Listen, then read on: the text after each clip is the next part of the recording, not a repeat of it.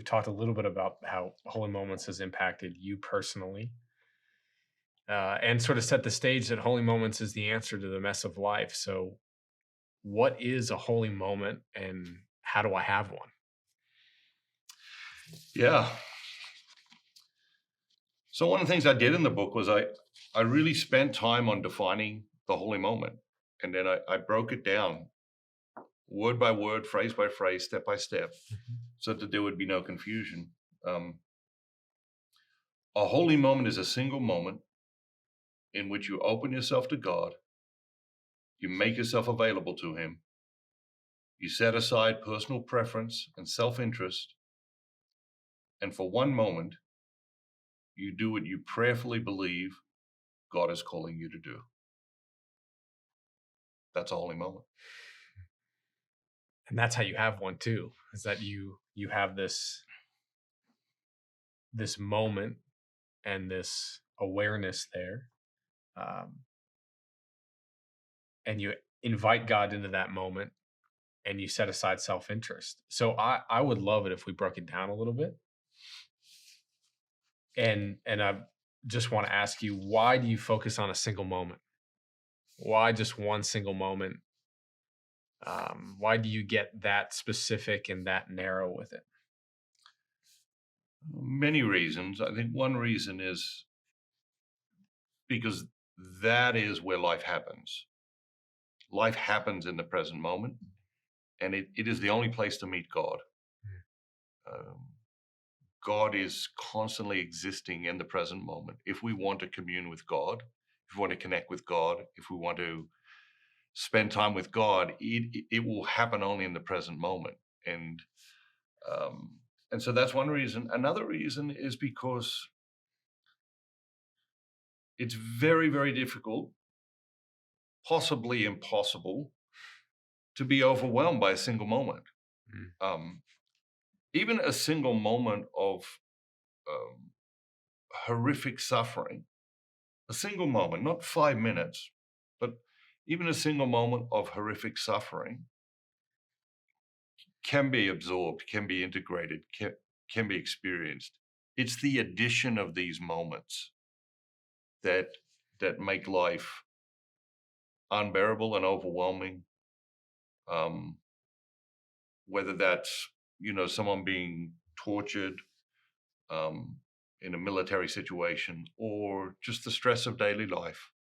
Um, it's never the single moment that overwhelms. Hmm. It's the addition of moment upon moment upon moment, and so um, the single moment is really important because especially when someone is setting off on a spiritual journey, when someone has the sense, okay, there must be more to life. I must be missing something. I feel like I'm called to more. I feel like I'm capable of more. All those sorts of things. They're in a very tender place. And um, what religion tends to do to people in that moment is overwhelm them, Hmm. And Jesus talks about the idea that, I will not crush the bruised reed, and very often we do, you know. People come, they're in these early stages, they're very vulnerable, they're very fragile. It's like just um, a little sprout growing out of the earth. A strong wind can destroy it. Hmm. Um, and so it's very important when people want to grow spiritually that we don't overwhelm them, and a single moment doesn't overwhelm them.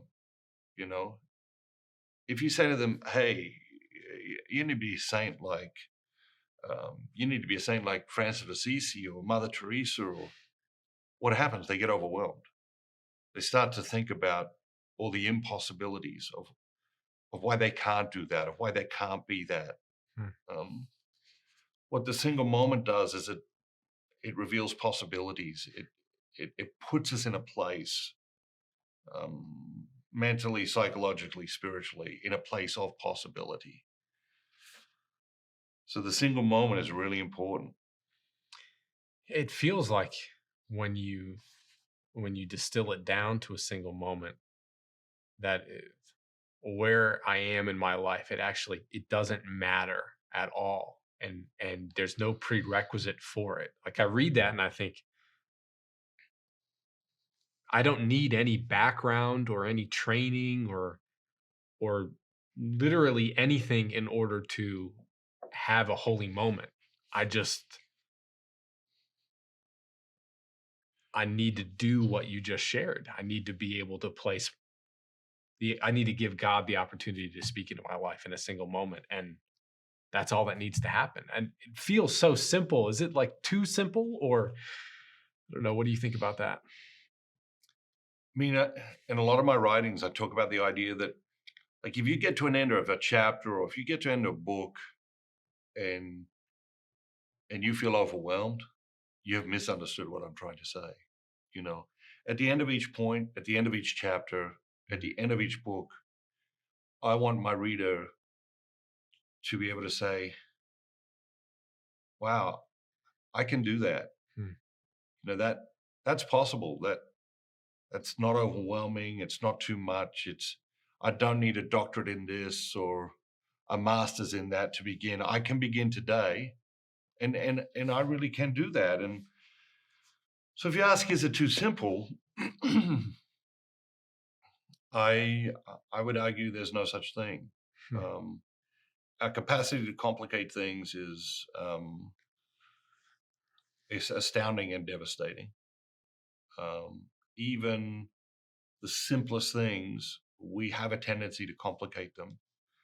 Um, and then the other thing I think that's important to recognize is that given the state of the world and the state of our lives, um, whenever there is big problems, complex problems, lots of dysfunction and bureaucracy, only the very simplest solution can cut through all of that, um, gain broad acceptance, so be used by millions and millions and millions of people in the way it needs to be used, um, and have an impact and be effective. mm, And um, I would argue that Holy Moments is not too simple. It's just simple enough. mm. And it is very, very, very simple. I mean, I've broken it down to what I believe is its simplest form. Um, and it, you know, and I labored over it. I mean, we look at that definition, I labored over it. And I've been laboring over it for years. It's showing up now in a book form, but it's been labored over for a long time.